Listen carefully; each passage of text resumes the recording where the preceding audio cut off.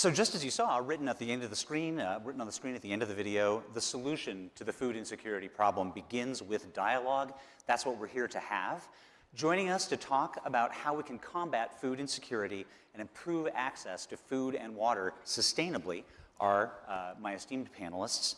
Ertharin Cousin is the Chief Executive Officer of FSF Ventures and a board member at Mondelez International and Bayer. Fernando Queiroz is the Chief Executive Officer of Minerva Foods. And Sonny George Verghese is the Chief Executive Officer of Olam Group.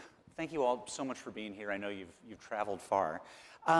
So we know that we produce enough food globally to feed the world, and yet food insecurity remains this enormous challenge. It affects as many as 2 billion people a year. How do we sort of bridge the gap between the need and the supply? What's the most, I want to do a little quick lightning round and ask each of you, what is the most vexing challenge when it comes to solving this puzzle? Ertharin, we'll start with you. And tell us a little bit about what FSF Ventures does as well. Well, thank you very much, and thank you to Fortune for the opportunity to participate in this conversation with my colleagues here today. Let me start by saying you're wrong. We don't grow enough food to feed the world. You've all heard that, right? That we grow enough food. Yes. We grow enough calories to feed the world. But we do not grow enough nutritious food to feed the world, which is why there are 2.4 billion people today who can't afford a diverse and nutritious diet, because we don't grow what is required to support the diet diversity to meet human health as well as to meet the environmental challenges of the food system of today. So what I'm excited about is the opportunity to participate in conversations like this one, where we know what the answers are, and we are in the room with those who have not only the imagination to address those, to provide for the change to those answers, but the financial interest in investing in the change that is required. And that is exactly what FSF Ventures is all about, is raising the capital that is necessary for us to grow the businesses that can drive the access to more affordable, nutritious food while also delivering robust and market-based returns to investors. So there's a misallocation of resources, and part of what FSF is doing is getting the resources in the right places. I want to hold that thought. Fernando, tell us a bit more about Minerva Foods and the challenges you're facing. We are in the food production, especially proteins, animal proteins, beef, lamb, and from a platform of 7 countries in the Southern Hemisphere, we export to 100 countries all over the world. We believe that the biggest challenge is not only the quantity, but is the affordability of food. Food is not affordable in an equal way all around the world. If you take the developing countries, especially what we call the E7, the countries that are Brazil, Russia, India, China, Indonesia, Mexico, all these countries, the family budget that goes into food represents 35 to 40%. So food inflation and food cost, it's a big threat. And if we add that to this equation, the geopolitical scenario that we are facing today is getting even more complicated, bringing more volatility and much more uncertainty for the next few years. Thanks. I actually recently read a report about how Americans seem willing to pay whatever the price might be for beef, but America is, of course, an unusually wealthy country. That's not a scalable solution. So keeping that thought in mind. Sonny, tell us more about Olam and the challenges you're facing. So we are a global food and agribusiness, and our purpose is to reimagine global food and agricultural systems so that we can have a more sustainable food secure future going forward. And we are focused on solving for some of the key challenges that exist in achieving this mandate. So the first challenge that we have is a major food and growing food demand gap in terms of calories, as was just mentioned by my fellow panelists. We have 12.5 trillion calories that we produce today. We need to produce about 20.5 trillion calories. So that gap of 7,500 trillion calories is a food challenge, demand challenge. The second is we have a huge supply challenge in terms of the land gap. We need an additional 593 million hectares of land, which is equivalent to twice the size of India. So every year, 2 Indias have to be brought into cultivation at current productivity growth rates to meet that challenge.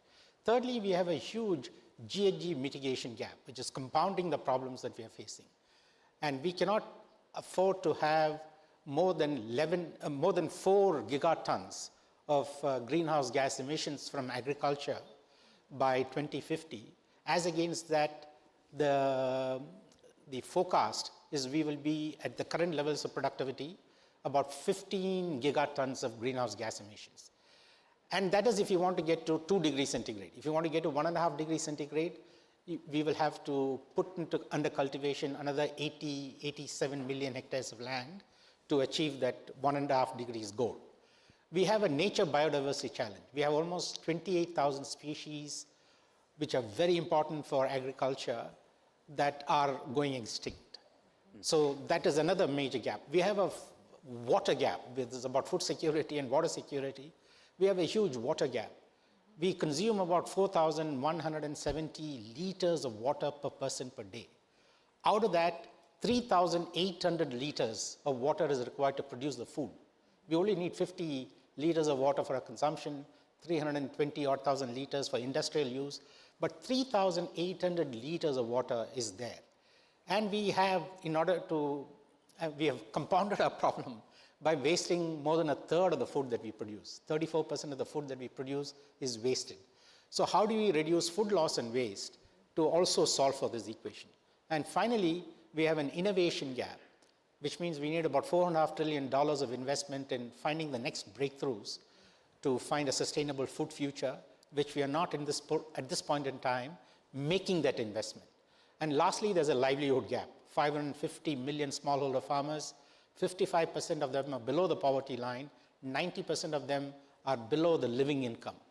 So unless we solve for all of this, we are not going to have a food secure future. So I don't know how you started off by saying we have enough food. This is the point at which people in my business say, well, AI can fix it. So AI will fix it. Yes. Thank you very much. Good night. No, not to be glib, but it is a very daunting laundry list of challenges. It feels like a common thread in it. You mentioned the shortage of land. And of course, they're not making any more land with a few exceptions, at least agriculturally usable land. So I think a big common concern becomes how can you make the land more productive while at the same time not depleting it? But in many places you've had the situation where farmland gets over-farmed and you can't, and then it's no longer productive. So where are some of the solutions around better use of land? What are some things that you are seeing that are promising on that front? Ertharin, I know you've got some thoughts on this. Sure. The reality of everything that was just said often limits the interest of those outside of our community in the work that is necessary because people say it's too complicated. But in fact, it's not. Particularly when you think about biotech and digital solutions that are coming online, the AI-supported solutions, for example, Bayer, you mentioned I'm on the board of Bayer, has a new nitrogen-fixing corn that is biotech seeds that supports the reduction in chemicals that are necessary, but increases the efficiency of the corn stock. And we can talk a lot about specifics, but I think the point, and because of our limited time, is that while we will continue to have chemicals as a part of agricultural production to support what is necessary to ensure that we have the most efficient agricultural activity, we will also have new biological tools, new digital tools, new AI support that ensures our ability to increase production on land that is already under cultivation, as opposed to expanding the land that is under cultivation. There are new tools coming online to support agroforestry. as well as we talk often about new indoor activities that support growth. The challenge has been in the past that the energy that is required for some of the indoor agriculture facilities has limited the financial return on those facilities, but that too is changing. And AI is providing new abilities to monitor the energy that is necessary to reduce what is actually used and increase the viability of those facilities as well.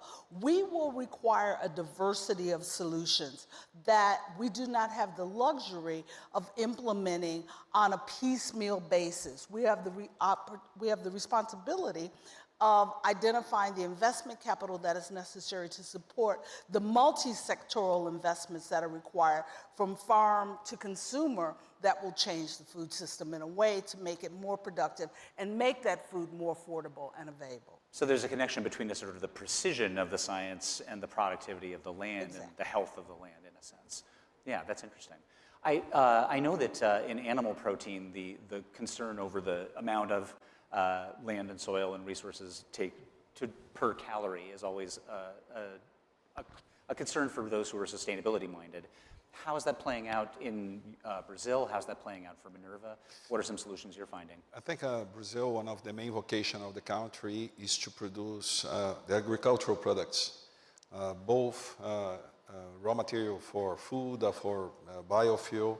And I'll give you an example that combines technology with the local advantages.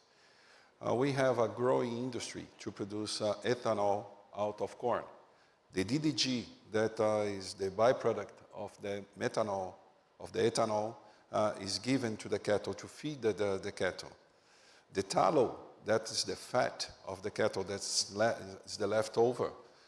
It's used to produce biodiesel or sustainable aviation fuel.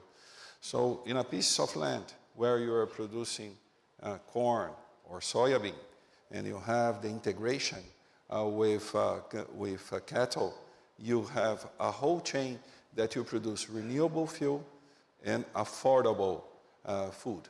So this is an example of the technology applied to the reality of the place. Technology is not one size fits all.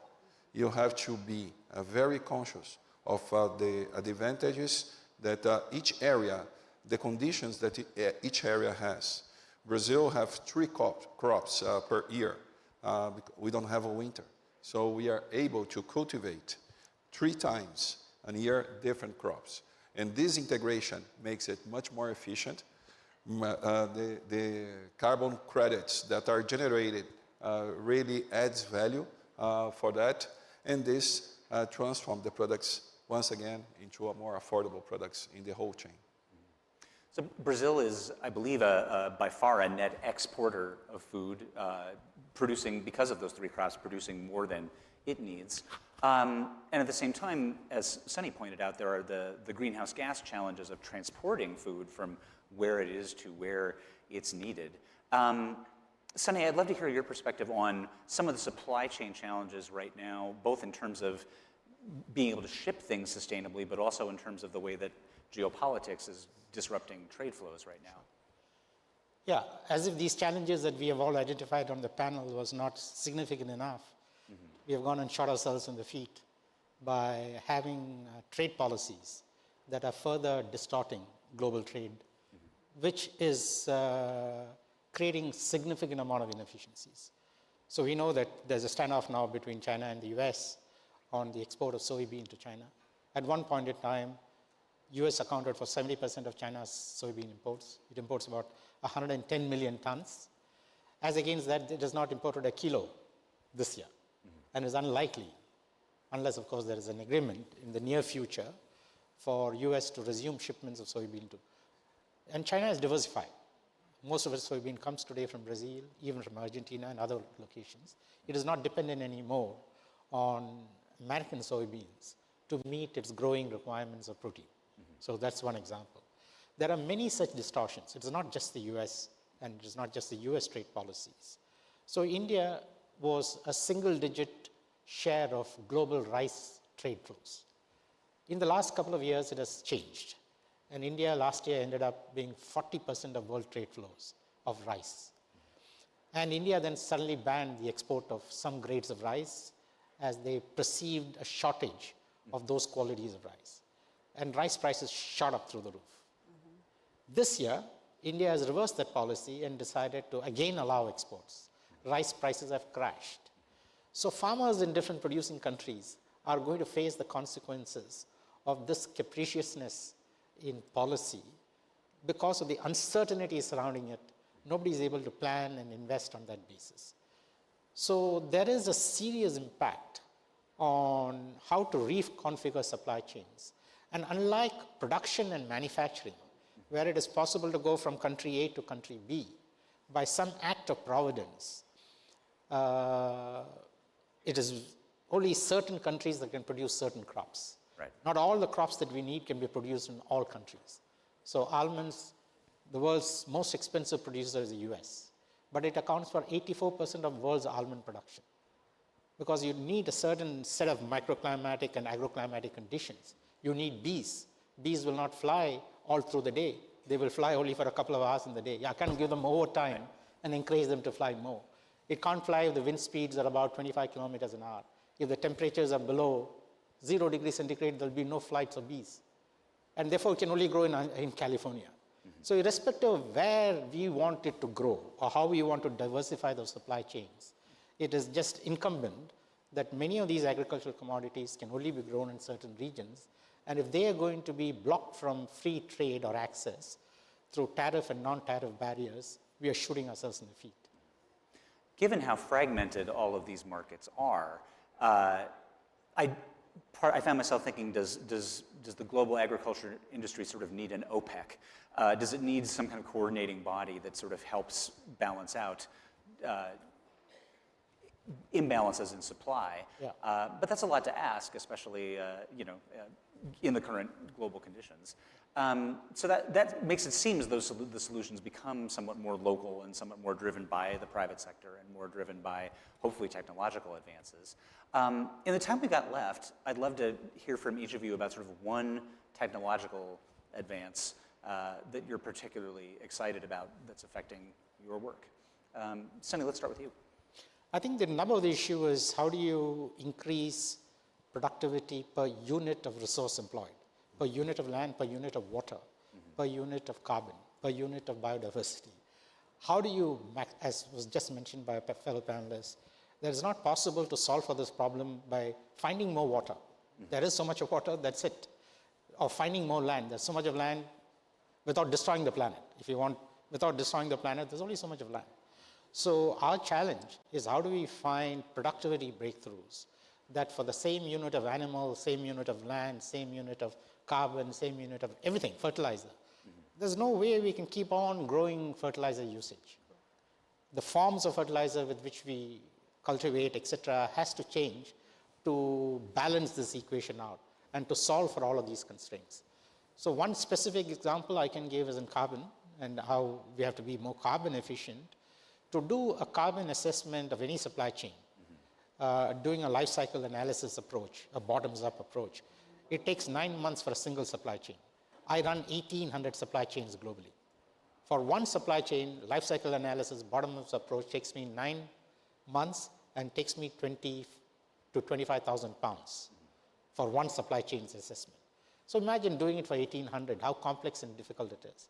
And doing it for all the scope of emissions, scope 1, 2, and 3. 96% of my emissions is scope 3. Only 4% is directly under my control. So there we can use technology and AI, for example, to find a more reliable system, a much cheaper system, a more accurate system to measure emissions. What you don't measure, you can't manage. So that's the starting point. So to measure, to manage. I've run down our time relatively low, I apologize, but can you give me a one-sentence thing you're excited about, Ertharin? One sentence on what I'm excited about is the AI and the technology solutions that are giving us the reality of transforming the food system for environmental health, human health, and to support the return to farmers in particular, but the equitable return to all of the stakeholders across the food system. All the investors. Thank you. Thank you. And one sentence from you, Fernando. For me, in the multipolar world, is the hold that the private sector has on building the bridges between different ideologies and different countries with different needs. So the hold that the private sector has is a very important one, and more than ever. Yeah. And this group has a lot of that hold. Ertharin, Fernando, Sunny, thank you so much for being here. Thank you so much. So grateful Thank for you. your time. Thank you. Thank you.